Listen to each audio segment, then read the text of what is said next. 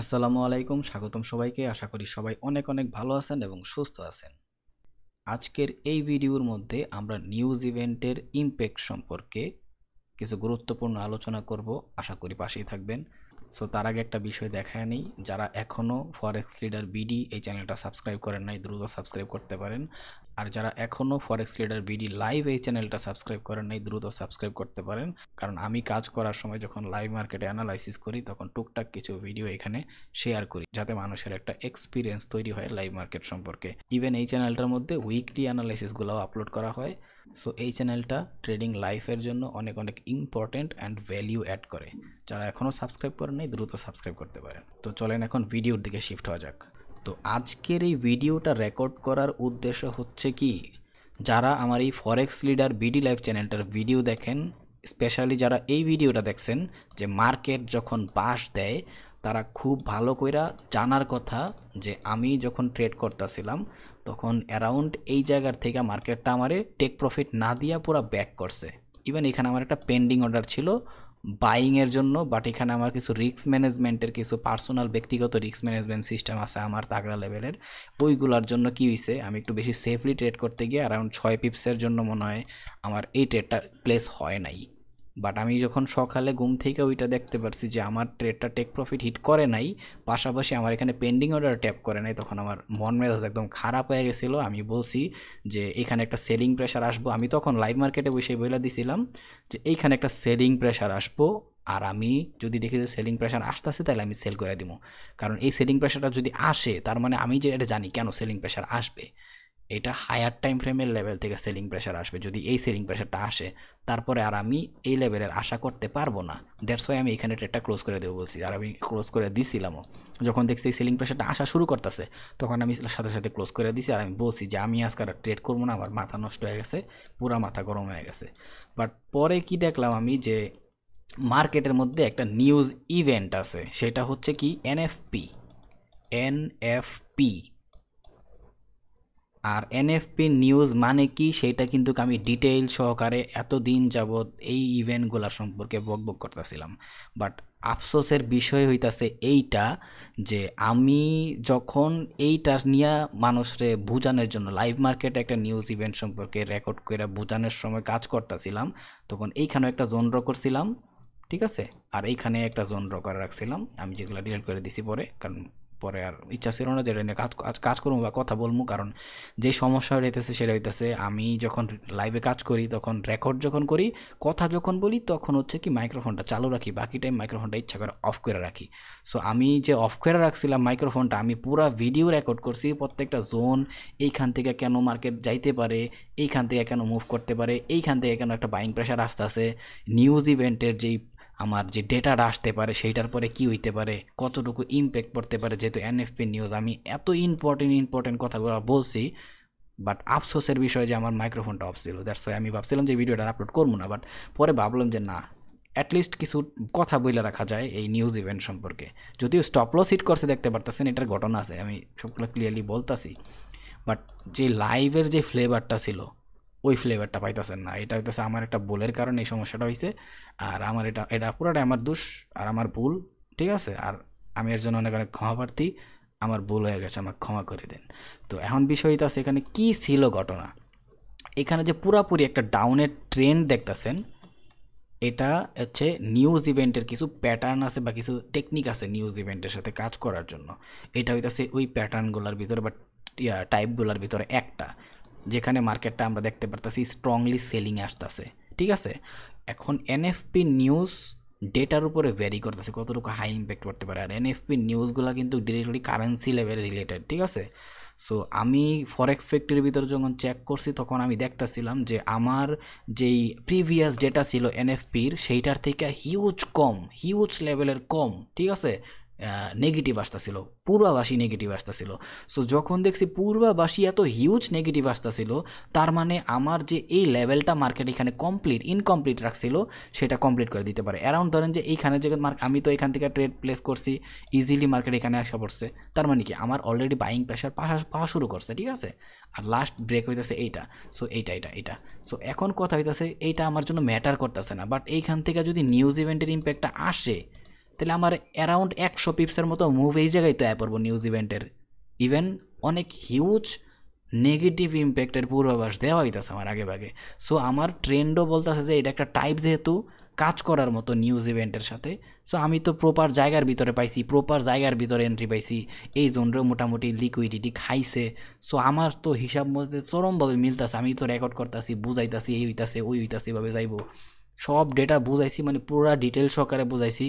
যদিও মার্কেট অপোজিটে গেছে, বাট ওই কথাগুলোর ভ্যালিউ আসলে আমি এখন বলতে পারতাম না, ঠিক আছে, বাট তো বলা উচিত। তো এইখানে যে প্যাটার্নটা তৈরি করছে, এইখানে মার্কেট কী করে, একটা হিউজ বাইং প্রেশার আসার আগে ওইটারে একটা সেলিংয়ে কনভার্ট করে। সো এখানে এইটাই কাজ করছে হচ্ছে একটা আমি এগুলো বলবো পরে যে নিউজ ইভেন্টের সাথে কাজ করার জন্য কয়টা প্যাটার্ন আছে বা কী কী প্যাটার্ন আমার জন্য আমার অনেক পছন্দ বা কী কী প্যাটার্নে কাজ করতে হয়, এরকম নিয়ে ভিডিও বানাবো পরে, এটা আরও পরে, ঠিক আছে। এখন অন্যান্য ভিডিওর দিকে যাওয়া উচিত, বাট এই বিষয়টা নিয়ে কথা বলা উচিত, কারণ এই নিউজ ইভেন্টে হয়তো আপনার বাঁচতে হইব, নয়তো নিউজ ইভেন্টে ট্রেড করে ভালো প্রফিট করতে হইব। সো আজকের ভিডিওতে মূলত এই বিষয়টা সম্পর্কে আলোচনা করতেছি। আর তারপরের ভিডিওর মধ্যে আপনারা কি চান যে আমি কেমন টাইপের রিস্ক ম্যানেজমেন্টের ভিডিও দিব, আমার ব্যক্তিগত রিস্ক ম্যানেজমেন্টের ভিডিও দিব, নাকি পুরা বাংলাদেশে বা পুরো পৃথিবীতে জনগণ যেই রিস্ক ম্যানেজমেন্ট বুঝে ওই রিস্ক ম্যানেজমেন্ট দিব, সেটা আপনাদের চাওয়ার উপরে ডিপেন্ড করতেছে, ঠিক আছে।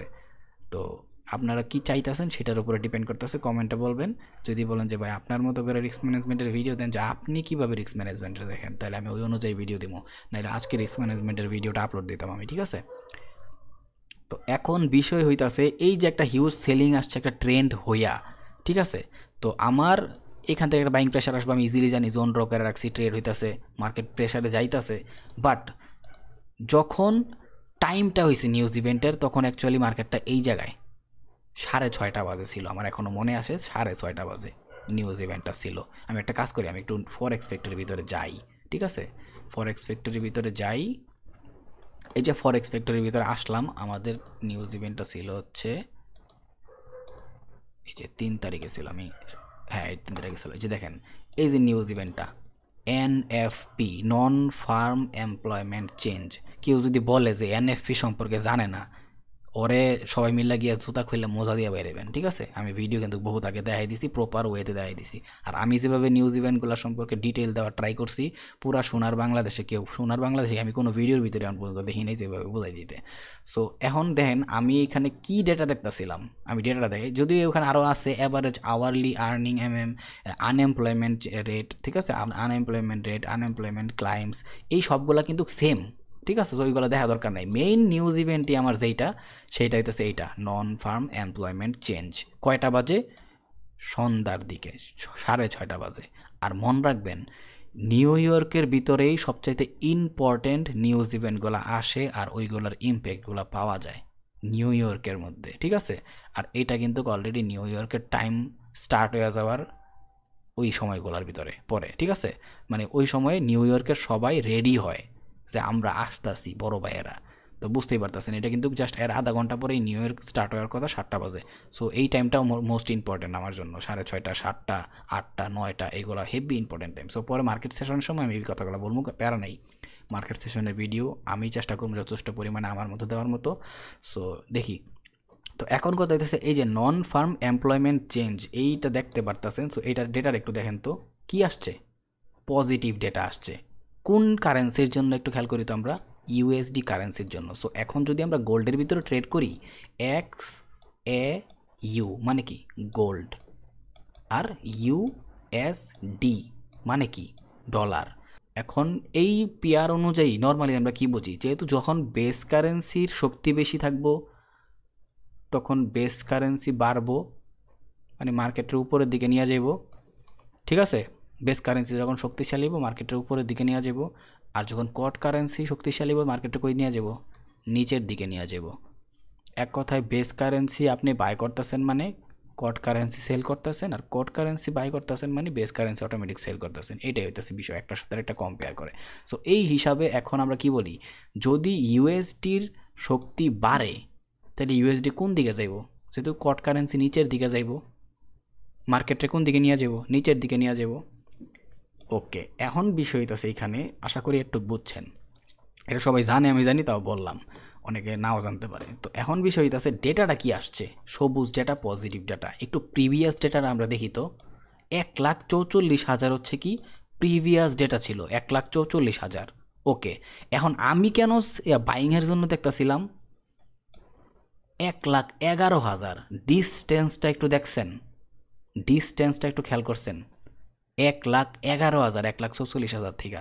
সো একটা হিউজ নেগেটিভ ইম্প্যাক্ট আমার ধ্যানের পসিবিলিটি ওরা তৈরি করে দিছে, huge negative impact.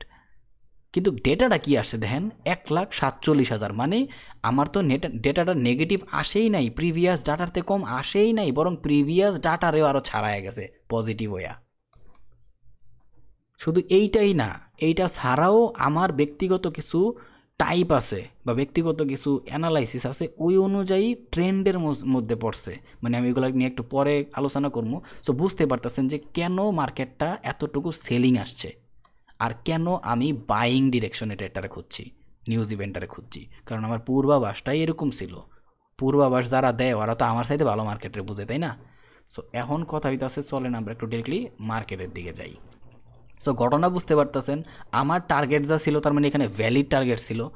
Easily 100 pips আসলে বাকি যতটুকু বাকি থাকতো 40-50 পিপস তাইরে নাইরে কইরা আমার টেক প্রফিট পর্যন্ত, মানে আমার এই লেভেল পর্যন্ত মার্কেট আসতো। মানে আমার টার্গেট হচ্ছে এরকম, ইজিলি তো মার্কেট একটু আসতোই, একটু আইসাও আরও তাইরে নাইরে করে এখানে ট্যাপ করে দিত, এরকম চিন্তা ভাবনা ছিল। আর আমি লাইভলি বলতেছিলাম, আমি তখন যেই কথাগুলো বলতেছিলাম এখন এগুলা সত্যি আসবো না, আর এখন এগুলা বলতে পারতো না, তখন সিচুয়েশনটা এরকম ছিল। তো কিচ্ছু করার নেই, যেটা গেছে গেছে। বাট এবার দেখেন বিষয়, পরে কি হইলো, মার্কেট যখন পজিটিভ ইম্প্যাক্ট আসছে, তাহলে সেটা কার জন্য ভালো?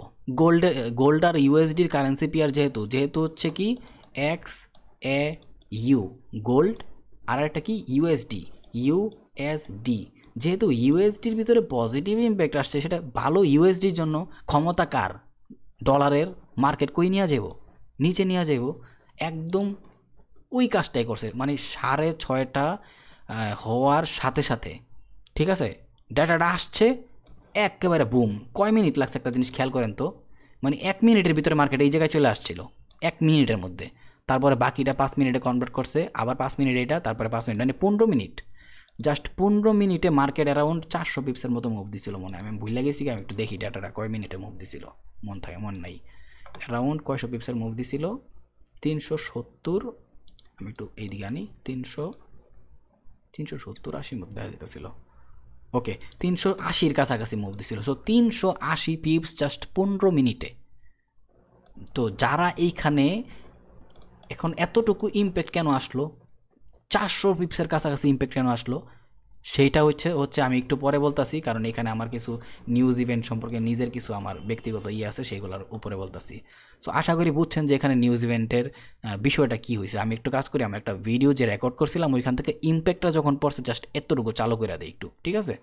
ওইটা দেখেন আগে নিউজ ইম্প্যাক্টের সময় কীভাবে ইম্প্যাক্টটা পড়ছিল।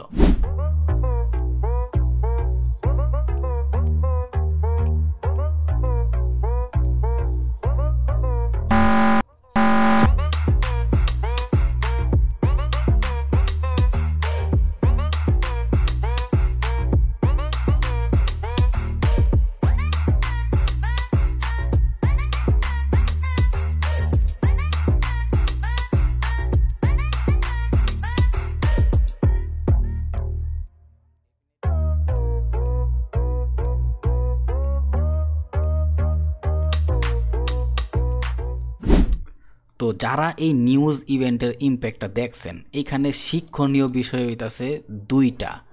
একটা হচ্ছে, যদি নিউজ ইভেন্টের সময়ে এনি বাই চান্স আপনি একটা এন্ট্রি নিছেন, ওই এন্ট্রির টাইমে আপনি স্টপ লসটা দিতে পারেন না ট্রেড নেওয়ার সাথে সাথে, আর ওই টাইমে একজ্যাক্ট নিউজ ইভেন্টটা চলে আসলো, তখন কি হইতে পারে জানেন?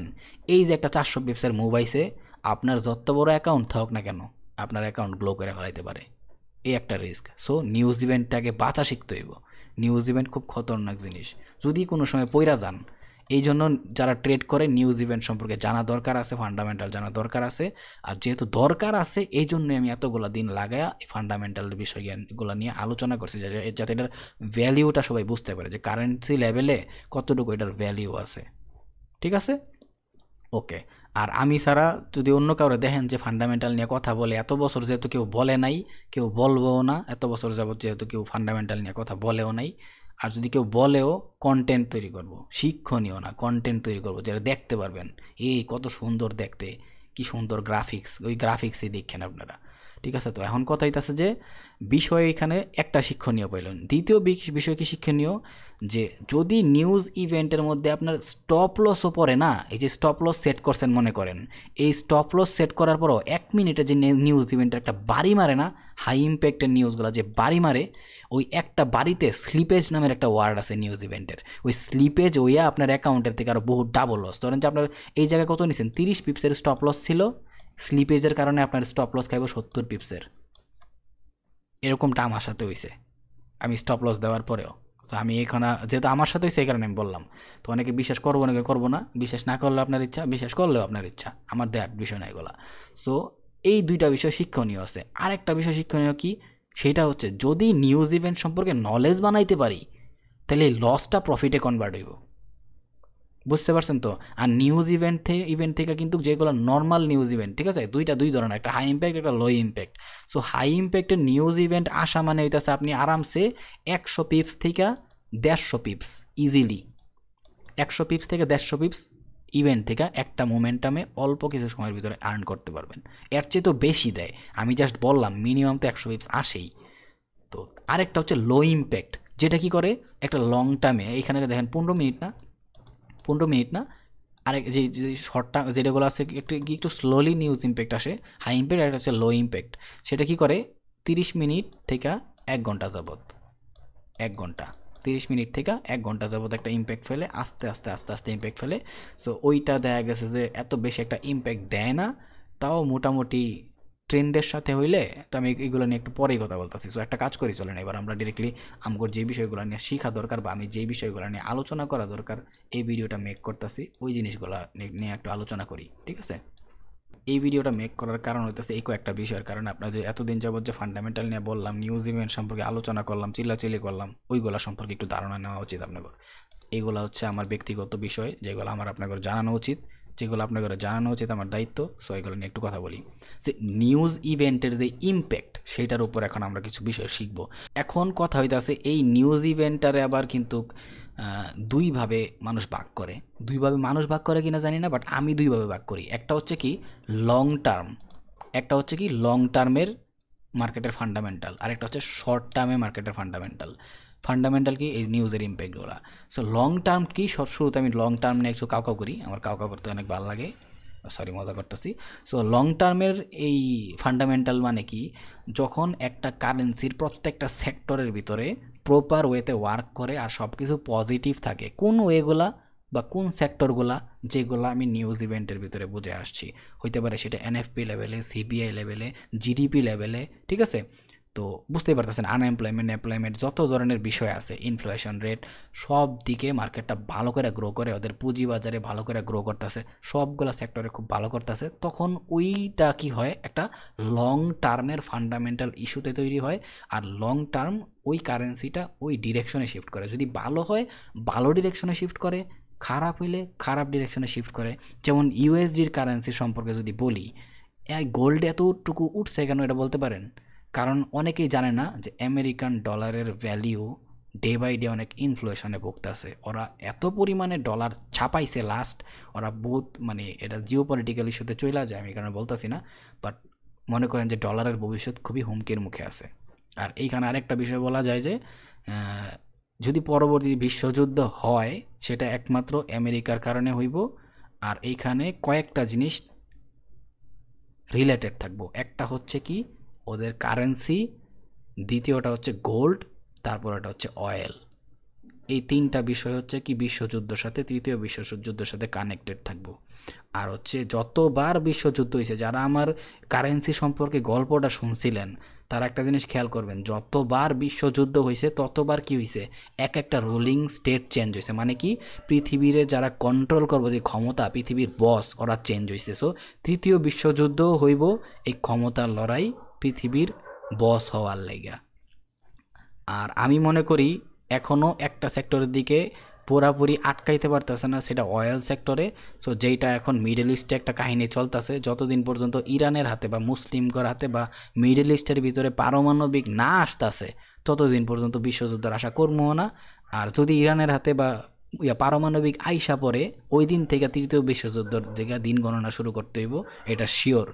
ঠিক আছে, কারণ পরের বিশ্বযুদ্ধের সাথে ডিরেক্টলি কানেক্টেড হচ্ছে আমেরিকা, ওদের ডলার, তারপরে কি গোল্ড, তারপরে হচ্ছে তেল। সো এগুলো মিলাই রাখেন, ভবিষ্যতে কামে লাগবে এগুলো, যদিও জিও পলিটিক্সে চলে যায়। সো এইগুলো হচ্ছে লং টার্ম ইস্যু। যেমন ধরেন, যখন আমি যে লং টার্ম ইস্যুটা বললাম, যেমন চায়না একটা দেশ, হ্যাঁ, ওদের কারেন্সির দিকে যদি আপনি তাকান, পৃথিবীর টপ এক্সপোর্টেড দেশের ভিতরে ওরা টপ। ওদের প্রত্যেকটা সেক্টর যেগুলো আছে, ঠিক আছে, এমপ্লয়মেন্ট রেট থেকে শুরু করে জিডিপি লেভেল, তারপরে এক্সপোর্ট লেভেল, ঠিক আছে, তারপরে হইতেছে আপনাকে ধরতে পারেন যে ওদের যে ইনফ্লেশন লেভেল, শ্রমবাজার, তারপরে হচ্ছে ওই যে স্টক থেকে শুরু করে, মানে যতগুলা সেক্টর আছে ওদের প্রত্যেকটা স্ট্রাকচার ওয়েতে ওরা মেনটেন করে, প্রত্যেকটার গ্রোথ ভালো। সো যেই দেশের প্রত্যেকটা জায়গায় গ্রোথ ভালো, জিডিপি লেভেল ভালো, মানুষগুলা প্রপার ওয়েতে প্রত্যেকটা খাত থেকে সার্ভিস পাইতেছে, প্রচুর পরিমাণে ভ্যালিড জিনিস তৈরি করতে পারতেছে, এক্সপোর্টের দিকে আগাইতে পারতেছে, সো ওদের তো ভ্যালিউ বাড়বই। ওদের তো লং টার্মে কারেন্সির ফান্ডামেন্টাল ইনক্রিজ হবে, তাই না? এখন অগর লাগে যদি আপনি বাংলাদেশ, আপনারা আমার সোনার বাংলাদেশের মতো যদি চিন্তা করেন, বা আমগর দেশের যদি কম্পেয়ার করি, তাহলে একটা চিন্তা করেন তো, আপনি কোনো দিন আশা করবেন যে আমগর দেশের কারেন্সির ভ্যালিউ বাড়বো? কারেন্সির ভ্যালিউ বাড়বো কেমনে? বরং কারেন্সির ভ্যালিউ এরা খায়া দিতেছে ওরা। আপনি নিজে একটা জিনিস খেয়াল করেন, দেশ থেকে টাকা পাচার করতেছে, দেশ থেকে বৈদেশিক মুদ্রা কেমনে আনতেছে? একটা কারেন্সির ভ্যালিউ তো বাড়বো বৈদেশিক মুদ্রা বেশি আনতে পারলে, তাই না? সো রিজার্ভ কেমনে বাড়াইবো? প্রপার ওয়েতে কি যে জিডিপি তৈরি হইতেছে, ওইদিকে কি প্রপার ওয়ে প্রত্যেকটা খাতের দিকে নজর দিতেছে? ওরা নিজে করে পেট নিয়ে বড়া নিয়ে ব্যস্ত। দেন হচ্ছে কি করতেছে, যে গার্মেন্টস শিল্প আছে, যেটা একটা বৈদিক মানে এক্সপোর্ট লেভেলের সাথে ডিরেক্টলি কানেক্টেড, ওইটার দিকে ভালো করে খেয়াল দিতেছে না, খামখেয়ালি করতেছে। ফ্রিল্যান্সারের যে সেক্টরটা আছে, প্রবাসীর যে সেক্টরটা আছে, এই বিষয়গুলো নিয়ে ওরা কোনো মাথা ঘামায় না, অথচ দেশটারে টিকায় রাখছে হচ্ছে এগুলা। এটা যারা বুঝে, মানে কি কমো। সো এই এখন আপনি বাংলাদেশের ওই একটা লং টার্মে ভালো চিন্তা করবেন যে এই কারেন্সিটা লং টার্মে কি ভালো পজিটিভ দিকে যাবো না নেগেটিভ দিকে যাবো, নাকি ওরকম একটা দেশ নিয়ে চিন্তা করবেন যার প্রত্যেকটা সেক্টরে ভালো করে ইম্প্রুভমেন্ট হইতেছে, পজিটিভ ডেটা আসতেছে। সো এইটাই হইতেছে একটা লং টার্ম চিন্তা ভাবনা, যেগুলা এই সবগুলা নিউজ ইভেন্ট যে ওই দেশের ডেটাগুলা দিতেছে, ওই সবগুলা ডেটারে একটা জায়গায় একত্রিত কইরা প্রপার ওয়েতে অ্যানালাইসিস করে একটা লং টার্মের চিন্তা ভাবনা পাওয়া যায়, যে ওইটা কোন দিকে যাইতেছে, কেমন অবস্থায় আছে। আশা করি মোটামুটি বুঝতে পারছেন লং টার্ম ইস্যুটা কী জিনিস এখানে। আর শর্ট টার্মটা কি? যখন নিউজ ইভেন্টটা আসে, সাথে সাথে যে মার্কেটের উপর একটা ইম্প্যাক্ট পড়ে, সেটা হইতেছে শর্ট টার্ম ইম্প্যাক্ট। আশা করি শর্ট টার্ম ইম্প্যাক্টটা কী সেটা বুঝতে পারতেছেন। শর্ট টার্ম ইম্প্যাক্টটা হইতেছে, ধরেন যে একটা নিউজ ইভেন্ট মার্কেটের মধ্যে রিলিজ হইলো 6:30 বাজে, আমি যেটা ভিডিওর মধ্যে দেখাইলাম, তখন কী হইলো, এই ডেটাটা আসার পরে সাথে সাথেই কারেন্সির ভিতরে যে ইম্প্যাক্টটা পড়বো, ওইটা হইতেছে শর্ট টার্ম ইম্প্যাক্ট, যেটা অনেক বড় বড় ইনভেস্টর লেভেলে যারা ইম্প্যাক্টটা ফালায়, ঠিক আছে? তো বুঝতে পারতেছেন। তো এখন বিষয় হইতাছে এইটা, যে শর্ট টার্ম ইম্প্যাক্টের আবার কিন্তু কিছু ক্যাটাগরি আছে। কি ক্যাটাগরি? একটা হইতাছে এই শর্ট টার্ম ইম্প্যাক্টটা যে মার্কেটের মধ্যে পড়ব, সেটা হইতাছে ইম্প্যাক্টটা পড়ব একটা হয়তো বা ট্রেন্ডের ডিরেকশনে পড়ব, অথবা ট্রেন্ডের অপোজিট ডিরেকশনে পড়ব। মানে এই শর্ট টার্ম যেই ইম্প্যাক্টটা আছে, নিউজ ইম্প্যাক্টটা, সেটা দুইটা ওয়েতে পড়ে। একটা হচ্ছে ট্রেন্ডের ডিরেকশনে নিউজ ইম্প্যাক্টটা চলে আসে, আর একটা হচ্ছে ট্রেন্ডের অপোজিট ডিরেকশনে নিউজ ইম্প্যাক্টটা পড়ে। সো আমার অভিজ্ঞতা থেকে আমি যেটা দেখছি, যে ট্রেন্ডের ডিরেকশনে যখন নিউজ ইম্প্যাক্টগুলো পড়ে, সেইগুলা নিউজ ইম্প্যাক্ট থেকে অনেক ভালো একটা রেজাল্ট পাওয়া যায়, অনেক ভালো একটা ডিরেকশন পাওয়া যায়, অনেক ভালো একটা মোমেন্টাম পাওয়া যায়, ভালো একটা প্রফিট পাওয়া যায়। আর যেগুলো দেখা গেছে যে ট্রেন্ডের অপোজিট ডিরেকশনে নিউজ ইভেন্টগুলো পড়ে, সেইগুলার ডেটাগুলা মানে এত বেশি একটা ভালো একটা মুভ আশা করা যায় না, বা এত ভালো একটা মানে ইম্প্যাক্টের আশা করা যায় না। হ্যাঁ, তবে ট্রেন্ডের অপোজিটে কিছু নিউজ ইম্প্যাক্ট আছে যেগুলা খুব ভালো দেখা যায়। ট্রেন্ডের অপোজিটে মনে করেন যে ম্যাক্সিমাম টাইম নিউজ ইভেন্ট আসলে আপনি দেখতেই পারতেন না যেখানে কোনো নিউজ ইভেন্ট আসছে কি না। বাট কিছু নিউজ ইভেন্ট আছে যেগুলো ট্রেন্ড যেইভাবেই থাকুক না কেন, ট্রেন্ডের অপোজিট ডিরেকশনে লড়ায় ফেলায়। যেমন এফওএমসি, এনএফপি, সিপিআই, ভালো ডেটার যদি গ্যাপ থাকে, বিশেষ করে এফওএমসির নিউজগুলা মানে কোবায় আলু লাগায় এলায়, ঠিক আছে? সো বুঝতে হইব যে এই দুইটা টাইপ। আমি এইগুলো আমার ব্যক্তিগত চিন্তা ভাবনা, ব্যক্তিগত অ্যানালাইসিস, দ্যাটস এগুলো বলতাছি। এগুলো দুনিয়ার কেউ শিখাইতেও পারতো না, বলতেও পারতো না। এখন পর্যন্ত কোনো মেন্টর বলতে পারে নাই, শিখাইতে পারে নাই, দেখাইতেও পারে নাই। সো বুঝতে হবে এই বিষয়গুলো। আর আমি যে রেকর্ডটা করছিলাম সেই রেকর্ডটা আফসোস যে আমি পুরাপুরি দেখাইতে পারলাম না। অনেক অনেক দুঃখিত যে আমি পরবর্তীতে ভবিষ্যতে যেহেতু প্লেলিস্ট তৈরি করতেছি, ভবিষ্যতে ইনশাল্লাহ এটা সম্পর্কে আমি দেখাই দিব না, কোনো সমস্যা নেই। টুকটাক দেখলে অভিজ্ঞতা, আগে অভিজ্ঞতা পাইতে হইব, দেখতে হইব, বুঝতে হইব, তারপরে আপনি পারবেন।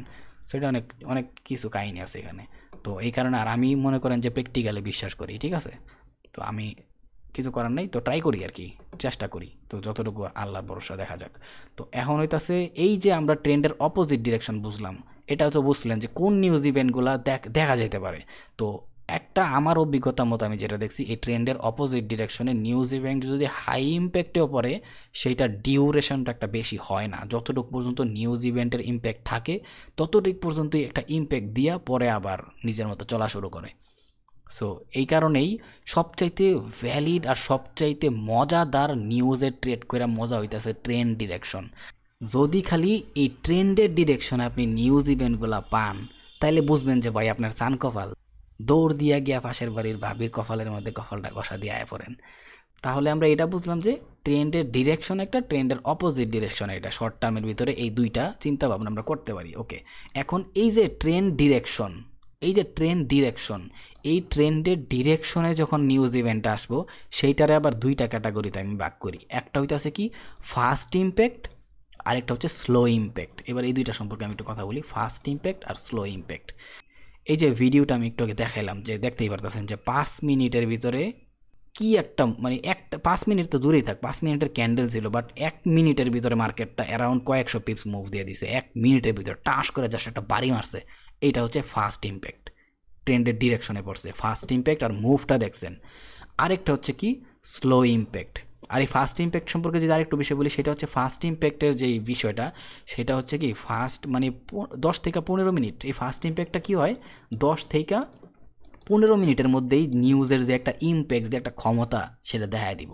যেটা গত ইয়ার ভিতরে দেখছেন, যেটা এই রেকর্ডিং করছে যে ভিডিওটা, সেটার মধ্যে মোটামুটি দেখছেন। আর আরেকটা হচ্ছে স্লো ইম্প্যাক্ট। স্লো ইম্প্যাক্টটা কি, আপনার ট্রেন্ডের ডিরেকশনই থাকবো, বাট ওই ডিরেকশনের সাথে নিউজের ইম্প্যাক্টটা স্লোলি স্লোলি আসবো। দেখা গেছে যে এই স্লো ইম্প্যাক্ট যেটা পড়ে নিউজের মধ্যে, সেটা হচ্ছে 30 থেকে আমার দেখা মতো 1 ঘন্টা পর্যন্ত, 1 ঘন্টা, ওই ধরেন যে 1 ঘন্টা পর্যন্ত, 30 মিনিট থেকে 1 ঘন্টা পর্যন্ত এই সময়ের ভিতরে ইম্প্যাক্টটা পড়ে। 1 ঘন্টা হয় না, মূলত 30 থেকে 40 মিনিট সর্বোচ্চ। সো এটা হচ্ছে স্লো ইম্প্যাক্ট, বাট ট্রেন্ডের ডিরেকশনে নিউজের ইম্প্যাক্টটা একটু প্রপার ওয়েতে একটু শক্তিশালীভাবে পড়ে, বাট বোঝা যায় যে হ্যাঁ নিউজের ইম্প্যাক্টটা এদিকে ধাক্কাইতেছে, মার্কেটটারে ধাক্কাইতেছে। যদি 1 মিনিটের ক্যান্ডেল স্টিকে যান, মাঝে মধ্যে দেখবেন যে নিচের দিকে খালি গ্যাপ ডাউন ক্যান্ডেল একটু প্রচুর পরিমাণে তৈরি হয়েছে। তো এটা হচ্ছে বিষয়, বা ক্যান্ডেলগুলো দেখলে বোঝা যায় এখানে একটা নিউজের ধাক্কা আছে। সো এই হইতেছে নিউজ ইভেন্ট সম্পর্কে, নিউজ ইভেন্টের ইম্প্যাক্ট সম্পর্কে বেশি ধারণা কিছু, ঠিক আছে। তো পরবর্তীতে আমি ট্রাই করবো, যেহেতু একটা প্লেলিস্ট তৈরি করে দেবো। আমি সময় পাইতেছি না ভাই, আমার সময়ের খুব অভাব। নাহলে যদি সময় থাকতো, একটা জিনিস কল্পনা করেন, একটা মানুষের কাছে সময় থাকলে কি ওই মানুষ রাইতে 3টা বাজে ভিডিও আপলোড দেয়? কোন ইউটিউবার আছে যে রাইতে 3টা বাজে ভিডিও আপলোড দেয়? আমি সময় পাই না সিরিয়াসলি। আমি আমার নিজের টাইম দিই আগে, ঠিক আছে। আমি জানি এই দুনিয়ার ভিতরে যদি আমি খালি আমার নিজের টাইম দিই, ওই টাইমে আমার কোনো লস নাই। আর আমি আমার সারা দুনিয়ার ভিতরে একমাত্র আল্লাহর সারা যদি কোনো জায়গায় টাইম দেই, আমি আমার সারা আর আল্লাহর সারা যদি কোনো জায়গায় টাইম দেই, ওই টাইমটা আমার ওয়েস্ট। এটা আমি খুব ভালো করে জানি, আমার লাইফে অনেক আগে আমি শিখে গেছি। দ্যাটস ওয়াই আমি আগে আমার নিজের টাইম দিই, তারপরে অন্যদিকে চিন্তা করি, ঠিক আছে। এটা অনেক খারাপ লাগতে পারে, আমি অনেক দুঃখিত এটার জন্য। বাট আমি ট্রাই করি রাইতে 3টা বাজুক 4টা বাজুক ভিডিও আপলোড দেওয়ার লেগে ট্রাই করি, ফ্রি টাইম হইলে। তো এখন হইতাছে এটা বুঝলাম যে নিউজ ইভেন্ট সম্পর্কে আর ট্রেন্ডের ডিরেকশনটা আমার জন্য অনেক ম্যাটার করে নিউজ ইভেন্টের সঙ্গে যখন আমরা কাজ করব। তো এখন হইতাছে বিষয় যে করণীয় কি। এই প্রশ্নটা আমি কেন রাখলাম যে করণীয় কি। আপনার করণীয় বিষয় হইতাছে একটাই, প্রত্যেক মাসের যদি নিউজ ইভেন্টটা আপনার নজরে রাখতে চান, বাঁচতে চান নিউজ ইভেন্ট থেকে, বা নিউজ ইভেন্টে ট্রেড করতে চান, আমি যেই হাই ইম্প্যাক্টের নিউজগুলো সম্পর্কে বুঝাইছি, আপনার প্রথম কাজ হইতেছে প্রত্যেক মাসের 1 তারিখ হইব একটা কাগজ নিবেন, ঠিক আছে। একটা কাগজ নিবেন, নিয়ে কি করবেন, 1 তারিখ থেকে শুরু কইরা 30 তারিখ হোক অথবা 31 তারিখ হোক, ওই তারিখ পর্যন্ত কবে, কয় তারিখে, হ্যাঁ ধরেন যে প্রথমে এখানে কি তারিখ ছিল, কয়টা বা কি নিউজ ইভেন্ট, ধরেন যে এনএফপি, 1 তারিখ এনএফপি নিউজ ইভেন্ট, তারপরে হইতাছে কয়টা বাজে 6টা 30 মিনিটে, কি বারে বুধবারে থার্সডে। এইভাবে কি করবেন লাইন বাই লাইন আকারে 30 দিনের 30টা লাইন হইব। এখন এই 30 দিনের 30টা লাইনের ভিতরে এমন হইতে পারে কোনো দিন নিউজ ইভেন্ট নাই, সমস্যা নাই, এনএফিরও নাই, সিপিআইয়েরও নাই, এফওএমসিরও কোনো নিউজ নাই, কাটা রেড ইম্প্যাক্টের নিউজ, অনলি রেড ইম্প্যাক্ট, আমি যেগুলো ভিডিওর ভিতরে দেখাইছি ওই নিউজগুলো, ঠিক আছে। ধরেন যে একবারে 7 তারিখ একটা নিউজ ইভেন্ট আছে, সেটা হইতেছে সিপিআই, তাহলে সিপিআইয়ের একটা নিউজ ইভেন্ট আছে, সেটা হইতেছে কয়টা বাজে, অ্যারাউন্ড 7টা বাজে নিউজ ইভেন্ট আছে। কী বারে, ধরেন যে বুধবারে উইডনেসডেতে, ঠিক আছে, এই উইডনেসডেতে তারিখ তো শুরুতেই লেখছেন, নিউজ ইভেন্টের নাম, ঠিক আছে। এবারে কয়টা বাজে, 7টা বাজে যেমন লিখলাম এখানে, কয়টা বাজে কি বারে, তাহলে সব কিছু ডেটা আছে। এইভাবে পুরাটা 31 তারিখ পর্যন্ত লিস্ট করবেন। এখন অনেকে বলবো ভাই কেমনে বার করবো, ফরেক্স ফ্যাক্টরিতে যাইবেন, যেমন নতুন মাস আসছে, আমি একটা কাজ করি, এই সবগুলো আমি একটু হোমে যাই, এগুলো একটু আপাতত ডিলিট করি, ডিলিট না করে এগুলো একটু হাইড করি, হাইড করে দিতে পারতাম না, ডিলিটই করি। সো একটু এই যে আসলাম, এখন দেখেন এখানে কয় তারিখ, 7 তারিখ না, আমি ডিরেক্টলি 1 তারিখ থেকে দেখাই। এই যে 1 তারিখের ভিতরে আমার প্রয়োজনীয় কোনো নিউজ ইভেন্ট আছে কিনা সেটা দেখবেন। ওকে, দেখা শেষ, 2 তারিখে যাবো, নেক্সট ক্লিক করলাম। নেক্সট কীভাবে হইব, এই যে এই বাটনটার ভিতরে ক্লিক করলেই 2 তারিখে, এই যে দেখেন 2 তারিখের ডেটা, এই যে জুলাইয়ের 2 তারিখ 2025, এই বাটনটার ভিতরে ক্লিক করবেন। এই যে পুরো ডেটা আসছে, আপনি এই যে টাইম দেখেন, কি বার কয় তারিখ, নিউজ ইভেন্টের নাম কি, জাস্ট একটুক। পরে নিউজ ইভেন্টের দিনে দেখবেন পজিটিভ আইতে পারে না নেগেটিভ আইতে পারে, পূর্বাভাস কী আছে না আছে, ঠিক আছে। সো এইভাবে খালি ক্লিক কইরা চেঞ্জ করে ডেটাগুলো দেখবেন 31 তারিখ পর্যন্ত। কি করবেন তাহলে এই জায়গায় করণীয় কি, এই জায়গায় করণীয় হইতাছে আপনার এরকম একটা কাগজের ভিতরে জাস্ট একটা লিস্ট করবেন। তারপরে আপনি যেই জায়গায় বসে ট্রেড করেন সবসময় বা ট্রেডিং প্র্যাকটিস করেন, ওই জায়গায় এটা লাগায় রাখবেন। বিশেষ করে যারা লাইভ মার্কেটে অলরেডি ট্রেড করা শুরু করছেন ওদের জন্য, হয়তোবা নিউজ ইভেন্টে বাঁচতে হইব আপনার, অথবা নিউজ ইভেন্টে ট্রেড করতে হইব আপনার। এই দুইটা কারণে বাঁচতে গেলেও আপনার এটা সম্পর্কে ধারণা থাকা লাগবে যে আজকে এই হাই ইম্প্যাক্টের নিউজ ইভেন্ট মার্কেটে আছে, এই সময়ের ভিতরে আমি ট্রেড থাকলেও একটু সাবধানে থাকবো, অথবা এই সময়ের ভিতরে ট্রেড আছে, আমি ট্রেড পাই নাই আজকে, তাহলে নিউজ ইভেন্টের সময় একটা রিস্ক নিতে পারি, ঠিক আছে। তো এইটা হইতেছে বিষয়। তো এইভাবে কাগজটা করার পরে যেখানে ট্রেড করবেন সেখানে ফালায় রাখবেন, যাতে সব এই পুরা মাসে কি হইতে পারে, নিউজ ইভেন্ট কখন কয়টা বাজে, কি নিউজ ইভেন্ট আছে, হাই ইম্প্যাক্টের যে নিউজ ইভেন্টগুলো সেগুলো আপনি জানা থাকলো আপনার, আপনি বুঝলা যাবেন যে এত তারিখে নিউজ আছে। বাট একটা কাগজ যদি কমপ্লিট থাকে পুরো মাস শুরু হওয়ার শুরুতে আপনার কাছে, তাহলে আপনার কোনো সমস্যা নাই। আমি কেমনে জানলাম, আমি তো রেকর্ড করছি, বাট আমি তো কিছু করার নেই, আমি ভয়েসের ভিতরে সমস্যা হয়েছে, বাট আমি কিন্তু রেকর্ডিংয়ের একটু ক্লিপস দেখাই দিছি। সো আমি কিন্তু জানি, কারণ কি আমি ফলো করি, এই পুরাটা আমার নিজের তৈরি করা একটা এনভায়রনমেন্ট।